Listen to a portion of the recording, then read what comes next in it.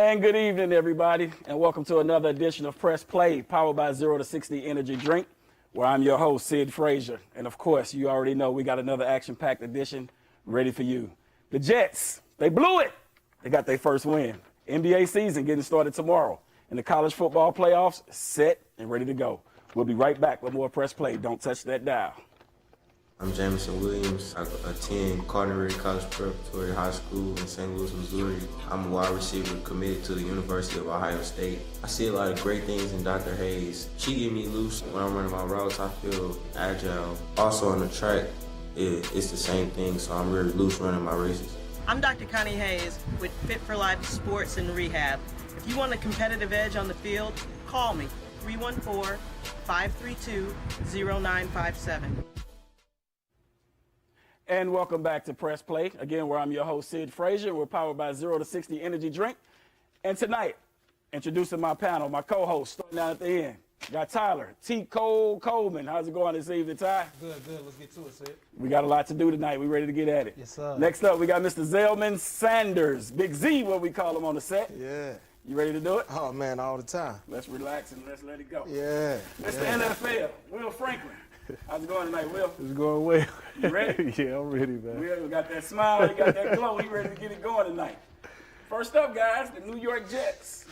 I said in the intro that they blew it. They got a big win in some people's eyes. A controversial win in other people's eyes. Yeah. First win of the season against the LA Rams. And to be honest with you, man, the Rams looked like trash. But the Jets didn't look too bad, actually. Will, if you had a chance to look at this game, what did you see from the Jets yesterday that was any different than anything else that we had seen the rest of the season that propelled them to a win yesterday? You can tell they're preparing for their off season. You know what I mean? Trying to find a nucleus of what they're trying to build on for next year. They still look like the same old Jets. I'm a competitor like all these other guys. The Rams just not feeling like they wanted to play yesterday. Yeah. You know what I mean? They're a better team than what they showed. A lot of mistakes that were penalty-wise were just careless. Right. So, you know, I'm not buying the Jets or anything. Of course not. But see, I'm going to ask you this. The Rams defense, it looked like the scheme was just a little bit off. You seen backs coming out the backfield running free all day long. All day. And they actually made Sam Darnold look like an NFL quarterback. How good is Sam Darnold? I don't really think he's that good.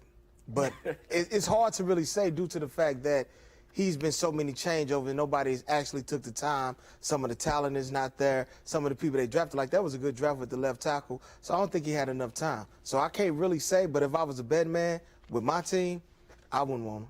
So, again, that kind of goes back to what I said in the intro about the Jets blew it. Right. They had a chance. Everybody know you're tanking for Trevor. They get their first win that tied them with the Jaguars, right. But at the same time, they catapults the Jaguars to that #1 selection spot. Mm-hmm. I want to focus a little bit more on the Rams, though, before we get into that. T-Cole, are the Rams in trouble? After a loss like that, it's kind of demoralizing. We heard a lot of people talking about how hard it is to get up for these games when there's no fans in the stands. Yeah. You kind of see the ebbs and flows of the season with a lot of these teams. Sometimes they're up, sometimes they're down. After seeing that performance yesterday, how do you categorize the Rams going into the playoffs? See, I thought that I had a good time yesterday. I don't know about anybody else, but I had a great time. And mostly, mostly because I told people the struggles that the Rams had, I seen them last year. Todd Gurley covered up a lot of Jared Goff's mistakes, okay, because he was great. Now Jared Goff is being asked to win football games. I don't think he could do that. Now, you mentioned Sam Darnold. I actually like Sam Darnold personally.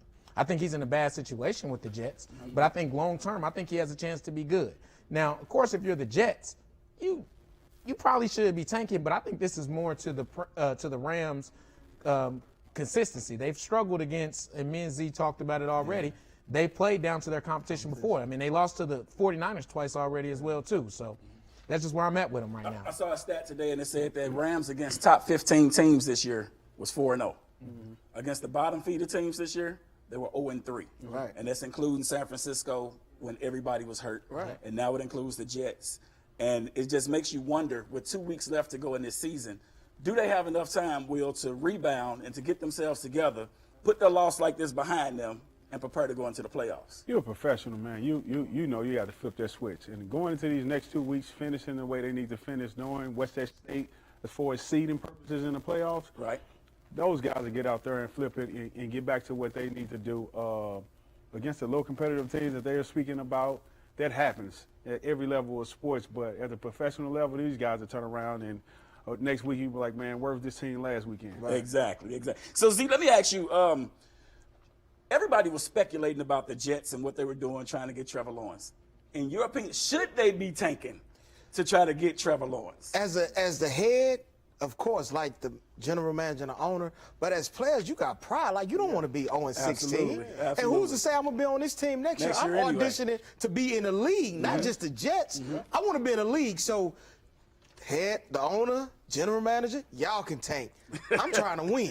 Absolutely. Yeah. There's no better feeling than walking off the field, T-Cole, as a winner. Yeah. You seen those guys, man, I mean, just exuberant after a win like that yesterday. And it does something to the morale of that team. What do you see from them going forward, T-Cole? Do you think that they continue to own this winning? Not saying that they're going to win out. I mean, they got 2 games left, but do they get that call from up top saying, whoa, guys, we're trying to do something here? Or what do you expect to see from that team taking the field going forward, knowing now that they got Jacksonville that they just gave up the #1 pick to? Well, I'm going to be honest with you. If I'm their front office, I ask them, who paying you right now? I told you need to be losing these football games. Yeah, we understand you auditioning, but I'm paying you right now today. And today we need to be losing these games. As far as the Rams go, right, I don't think people should panic at all because you do got Arizona and that switch that he's talking about.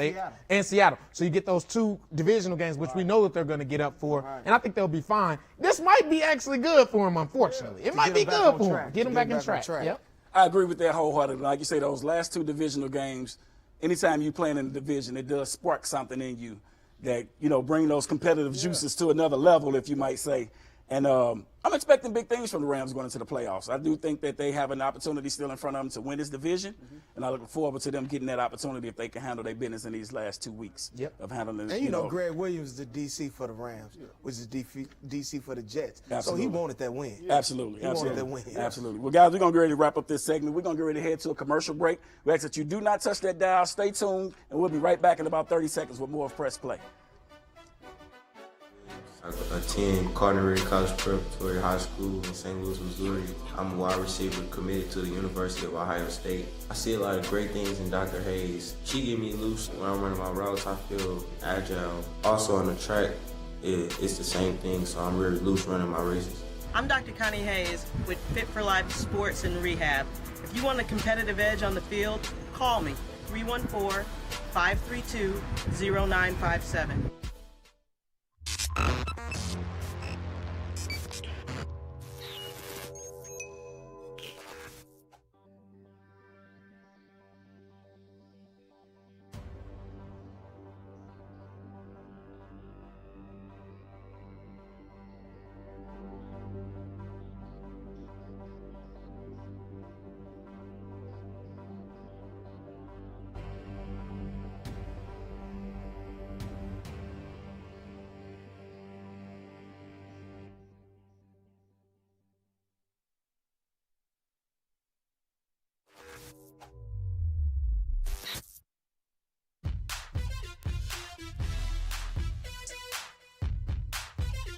Just One Taste is moving on up. Located now in the heart of Florissant, 18 Patterson Plaza, serving the best chicken, fish, shrimp, tripe, and soul food sides. We also have catering and food truck services. And after one taste, you will be a customer for life.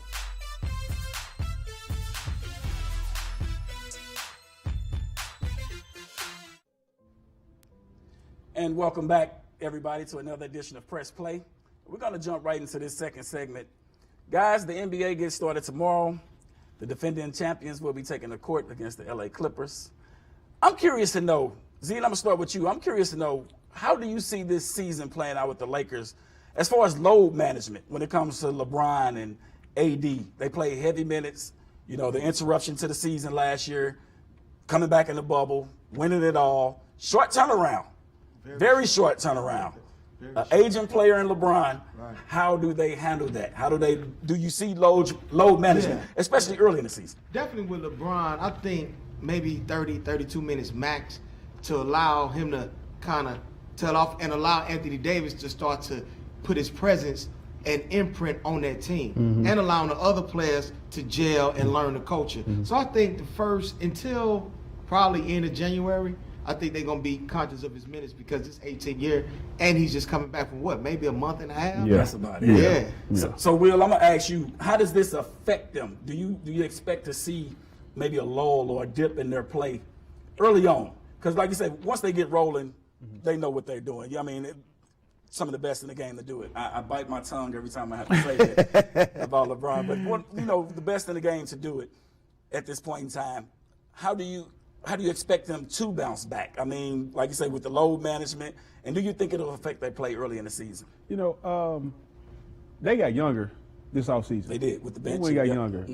With that and being able to manage LeBron minutes the way that's needed, I think after All-Star break is when you will see him pick up minutes. But between now and All-Star break, I think he'll dial back. But the fact that they got younger over the offseason gives him time, and like he said, for AD to put his imprint on, like, I'm the future of this organization. Let's build around me. Let me be able to do what I do around this young nucleus of team that they have. 1A. So, exactly. You know what I mean? So that's pretty much what it is But now. he So, solidified himself now, like. yeah. You know what I mean? And they paid him for it too. Absolutely. You know what I mean? So, they made an investment into him, and he's going to be the star of the team. For the foreseeable future. Yep. Tico, they brought in guys like Dennis Schroeder, Wesley Matthews, Montrezl Harrell. Yeah. How do you see those guys being used coming into this situation? You're replacing guys, like Rondo and guys that helped you get over that mountaintop last year. How do you see those guys being used? All right. Well, first, I want to say shout out to the Press Play fans. It took a lot of courage for me to get LeBron that type of respect. Right? So to get that's good. But no, Dennis, I think he'll be a big asset for them. He gives them a guy that can score off the bounce, create his own shot. Yeah. He's very, very tough guard. What I'm looking for with Matthews is really that defensive guy, another defensive presence, a guy that can also space the floor for them. And Harrell, I think that's the gangster on the team that they need for if you want to buck up to Anthony Davis or buck up to Bron. Hey, I'll be the enforcer. You know what I'm saying? But he's also going to give you one. Year one. I don't know if you like them yet. But I know his energy's always going to be good. He'll be a good piece for them. But can you imagine that pick and roll with LeBron and Harrell, and if you try to bag up, you still got AD? That's a problem. They pose a lot of problems, absolutely. One of the other problems that they pose is Mr. Kyle Kuzma. Yeah. Will, they just gave this man, 3 years, $40 million extension. Yeah. Kuz worth that kind of money? I guess so. Quiet on the set. Hey, honestly, I think it was a deal. I think for the future standpoint of what they're trying to do as far as building the future, yes. But right now, what they needed, I guess that is the move that they had to make, for their organization and to just put more trust into him to keep getting better. And that's what you want to see. I mean, you have to instill that trust in him, Z, because if you notice, when they first shook up this team and then LeBron came in town, it kind of left Kyle Kuzma just not really knowing where he fit in. Land. Exactly. Yeah. I mean, so how do you think that Kuz adjusted to that, and where do you see him going forward in his maturation? I could see after winning this championship, I could see him. He's talked to LeBron. He's talked to AD, because AD's going to be there longer than LeBron. Yeah. Far as being young, he's only 27, and he's like, you the next. The game is slowing down for him. He's starting to see LeBron is only going to be here for so long. It'll be my time with AD. Yep. Tico, stand on Kyle Kuzma. Yeah. If you notice, when they first came, they almost tried to make Kyle Kuzma the typical player that plays alongside LeBron. Yeah. Be ready to catch and shoot. That's not really Kuzma's game. No, it's not. So, like he said that they've had a chance to talk and to hash some stuff out. Yeah. How do you see Kyle Kuzma maturing from last year to this year? Has he found himself? Is that still going to be a struggle? I think personally, I'm going to go against what everybody else is saying. I think they did that deal for trade. And honestly, if you look at it, they didn't give him a whole lot. But you gave him enough. But you gave enough to make another team in a trade, The contract's not too bad. it's not too bad to take on. Absolutely. So that was the way I kind of thought about it. But I do think it's one of those that they're going to monitor his situation and see how he's doing. But at that All-Star break, when we talk, when people get dealt, he can be involved in conversation. You ain't paying a lot for him. So I thought that they did a good So job. you by saying they getting got it done. him long term if it works out, but not too long that if it don't, it's trade bait and it's good for the Cats. It's good for the Cap. Do you see him starting they hedging or they coming off the bets. bench this year? You see him starting or I coming think off he's the coming bench? off. I think he's coming off the bench. I'm pretty sure. Yeah, but that's all on LeBron. Yeah. You know what I mean? How you manage him. If he's going to play today, if he's going to be off 2 days true. out of the week, you know what I He goes mean, to get then those he'll starts. get those starts. Absolutely. How much do you think that the Lakers will miss a guy like Rajon Rondo? Yeah. Rondo, that was playoff Rondo. Playoff We got to see the Rondo. best of Playoff playoff Rondo. Rondo. Playoff Rondo. How do you see them missing a guy like him? Because now you're bringing in a guy like Schroeder who don't have the experience, obviously, that Rondo has in those big moments, in those big-time games. How do you see them missing a guy like Rondo in this situation? Because I think it's bigger than what everybody would expect. You can't replace leadership like that, man. I put Rondo in the same category as I said Chris Paul a couple weeks ago. Like, those guys and what they bring as far as the veteran leadership and how to bring everybody else play up, that's a big shoe to fill. Even with LeBron being there to help, you know what I mean, having Rondo next to him, to both of them speaking the same language to a exactly. young team, Exactly. that's a big one. Like I said, the Lakers got better for its youth-wise. You know what I mean? They got some more athletes in there to help, but that's a big loss. So, Z, I'm going to ask you the same question pretty much. Do you think that losing Rondo, does that hurt? Or does that help the Lakers? I think it could be both ways. Yeah, I think it could be both ways because you're still talking about KCP, AD. Now they're champions. AD is going to take up a more vocal role now and be that leader outside of LeBron, who could put his arm around Schroeder, and LeBron can too, and show him the ropes. You don't know how good you're going to play until you actually put in that position, and I can see Schroeder being in that position and excelling. So, T-Cole, same question to you. You just brought in 3 guys who have never been in this situation before to replace some of the guys that helped you get to the point that you got to the pinnacle last year. Rajon Rondo, losing him. Does that help or does that hurt the Lakers, and how do you see them getting over that? I think from a leadership standpoint, it truly hurts. I think that they did get better as far as a player for right now, for what the Lakers needed. But I think that leadership hurts. The good thing is you did win a championship with Rondo and those guys, so they had a chance to get a feel on how to do it. So now those 3 guys that you're bringing in, those other guys that are the pieces on the team, they kind of understand, hey, we can help walk those guys through it. And don't forget, they got Marc Gasol, too, who's a veteran and a leader as well, too. So Absolutely. And a champion, like you say. So, guys, we're going to get ready to wrap up this segment here. We ask that you all stay with us. We'll be right back with more of Press Play here in about 1 minute, and we'll get into those college football playoffs. I kind of forgot about Mark over there. Hello, I'm Simeon the Mortgage Man with Bank Midwest Mortgage. I have over 20 years of experience as a mortgage banker, and our state-of-the-art secure online mortgage center allows you to conveniently submit your application and documents online. Call me now at 314-485-9838 or apply online at simeonthemortgageman.com. Allow our family to help your family reach your goal of home ownership. Simeon the Mortgage Man with Bank Midwest Mortgage. And welcome back to Press Play. We want to thank you all again for being with us tonight. Guys, as we go into the college football playoffs, it is now set. Everything is set in stone, 1 through 4. You got Alabama at 1, Clemson at 2, followed up by Notre Dame at 3, and then, followed up by Ohio State at 3 and Notre Dame at 4. I'm sorry about that. What do you think about those seedings 1 through 4, and what are you expecting from the college football playoffs? I'll tell you my opinion in a minute. Those games are going to be blowouts. I think Alabama is going to really manhandle whoever they line up against the rest of this playoff, but they're going to manhandle those guys, and Clemson look like they ready to play ball again. They ready to play. You know what I mean? Like, they really came out and put a stamping on a team that sent them to double overtime. You know what I mean? So those two look like they're going to match up again for, what is it, 3rd time? You know what I mean? So it's going to be very interesting to see how this plays out. Ohio State don't look as strong as I would like them to with their performance. And I think that's what brought a lot of controversy in this, because they only played the 6 games. Right. And they weren't very impressive in those 6 games. But some kind of way they got in. And not only did they get in, but they got in and they were able to move up to number 3. Now, Notre Dame did get smacked, but I think they did not want to see Clemson have to play Notre Dame again for the third time. Right. And that's why they moved Ohio State up to that 3 spot. Yep. See what you think about that. No, Notre Dame got assaulted. They should fill out a police report. They got whooped. Yeah, they did. Yeah. But honestly, I think Texas A&M should have got in over Notre Dame. Yeah. See, I really think it's going to be another rematch between Clemson and Alabama. Yep. And y'all know I'm a Buckeye guy, but what I seen, I don't think nobody could play with those two teams. Yes. And they kind of lead me into my next question, Tico. Who do you think looked the best in their championship games this weekend? Man, I thought Alabama looked the best, I would say. Well, actually, in the championship games, I'm sorry, Clemson absolutely looked the best in the Clemson looked the best. championship Game, right. in the game. Yeah. And just to point out what Z said, I was on the fence at first about Ohio State, right? But when I looked at it, with them not having 22 players, and we talk about something that's hard to speak on, it's hard for me to admit. Trey Sermon's still rushing for what he did with 22 guys missing from Ohio State. $3.